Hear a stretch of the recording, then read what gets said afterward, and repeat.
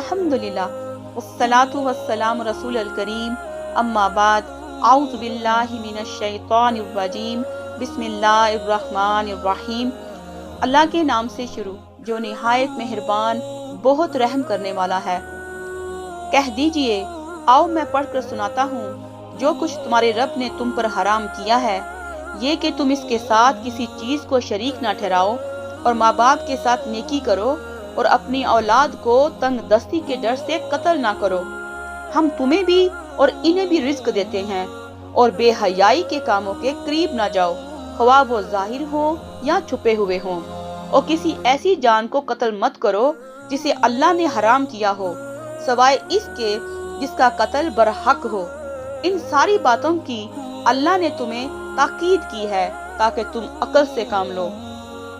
और तुम यतीम के माल के करीब ना जाओ मगर इस तरीके से जो सबसे अच्छा हो, यहाँ तक कि वो पुख्तगी की उम्र को पहुँच जाए। और तुम नाप और तोल को इंसाफ के साथ पूरा दो। हम किसी जान को इसकी ताकत से बढ़कर तकलीफ नहीं देते। और जब तुम कोई बात कहो तो इंसाफ से काम लो, अगरचे मामला तुम्हारे करीबी रिश्तेदार का हो, और तुम अल्लाह का अहद पूरा करो। इन सारी बातों की अल्लाह ने तुम्हें ताकीद की है ताकि तुम नसीहत हासिल करो। और यकीनन ये मेरा रास्ता सीधा है, लिहाजा तुम इसी की पैरवी करो और तुम दूसरे रास्तों की पैरवी मत करो, वो तुम्हें अल्लाह के रास्ते से अलग कर देंगे। अल्लाह ने तुम्हें इसकी ताकीद की है ताकि तुम परहेजगारी इख्तियार करो। फिर हमने मूसा को इसलिए किताब दी कि जो शख्स अच्छे काम करे इस पर हमारी नेमतें पूरी हों, और हर चीज की तफसील बयान करने के लिए। और ये हदायत और रहमत का जरिया है ताकि वो अपने रब से मुलाकात पर ईमान ले आए। और ये कुरान एक अजीम किताब है, हमने इसे नाजिल किया है, ये बरकत वाली है। बस तुम इसकी पैरवी करो और परहेजगारी इख्तियार करो ताकि तुम पर रहम किया जाए, ताकि तुम ये ना कहो कि सिर्फ हमसे पहले दो ग्रोहों यहूद और नसारा पर किताब नाजिल की गई थी और बेशक हम तो इनके पढ़ने पढ़ाने से बेखबर थे। या तुम ये ना कहो कि अगर बेशक हम पर किताब नाजिल की जाती तो हम जरूर इनसे ज्यादा हदायत याफ्ता होते। चनाचा यकीनन तुम्हारे पास तुम्हारे रब की तरफ से एक वाज़ा किताब और हदायत और रहमत आ गई है। फिर इस शख्स से ज्यादा जालिम कौन है जिसने अल्लाह की आयतों को झुटलाया और इनसे मुंह मोड़ा। जो लोग हमारी आयात से मुंह मोड़ते हैं इन्हें जल्द हम सख्त अजाब की शक्ल में सजा देंगे, इसलिए कि वो हक से मुंह मोड़ते हैं। क्या वो सिर्फ इस बात का इंतजार कर रहे हैं कि इनके पास फरिश्ते आए या आपका रब आए या आपके रब की बाज निशानियां आए? जिस दिन आपके रब की बाज निशानियां आ जाएंगी तो किसी ऐसे शख्स का ईमान लाना इसे फायदा नहीं देगा जो इससे पहले ईमान नहीं लाया था या इसने अपने ईमान में कोई नेक अमल नहीं किया था। कह दीजिए, तुम इंतजार करो, बेशक हम भी इंतजार करने वाले हैं। बेशक जिन लोगों ने अपने दीन में तफरकाबाजी की और वो ग्रोहों में बट गए, आपका इनसे कोई ताल्लुक नहीं। बेशक इनका मामला अल्लाह के हाथ में है, फिर वो इन्हें इन कामों से आगाह करेगा जो वो करते रहे थे।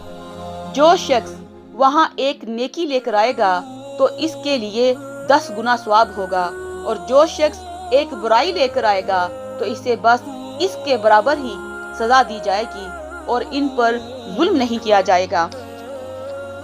आयत नंबर 158।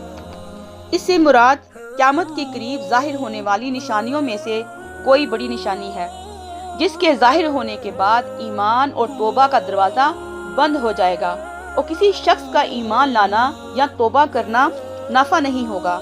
चनाचा हदीस में है, रसूलुल्लाह सल्लल्लाहु अलैहि वसल्लम ने फरमाया, क़यामत इस वक्त तक बर्पा नहीं होगी जब तक सूरज मगरब से तुलू ना हो जाए, और जब लोग इसे मगरब से तुलू होता देखेंगे तो उस वक्त जो भी रुए जमीन पर मौजूद होगा ईमान ले आएगा। लेकिन इस वक्त किसी शख्स का ईमान लाना अगर वो पहले से ईमान ना लाया होगा उसे कोई फायदा नहीं पहुंचाएगा।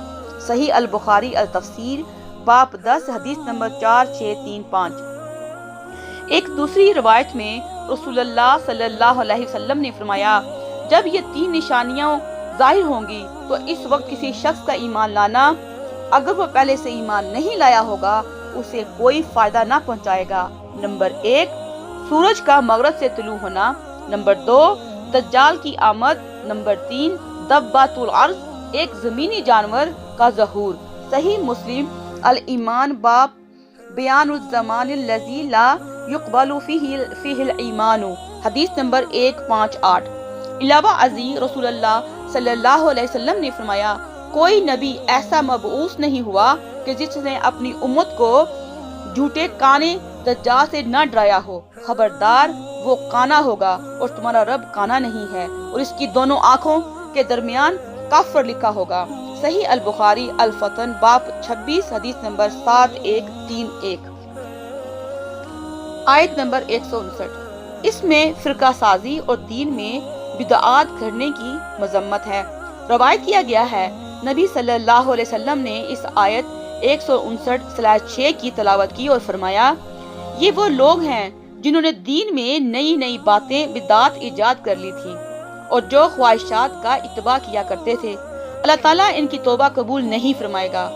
تفسیر قرطبی 150/7، کتب احادیث جامع ترمذی حدیث 2640، سنن ابن ماجہ حدیث 3993 اور سنن ابی داؤد حدیث 4597 میں روایت کیا گیا ہے نبی کریم صلی اللہ علیہ وسلم نے فرمایا یہود و نصارہ 71 یا 72 فرقوں میں بٹ گئے تھے اور یہ امت 73 فرقوں میں بٹ جائے گی اور سب جہنم میں جائیں گے سوائے ایک فرقے کے، اور یہ جنتی فرقہ وہ ہے جو میرے اور میرے صحابہ کے راستے پر چلنے والا ہوگا۔ والسلام علیکم ورحمۃ اللہ وبرکاتہ۔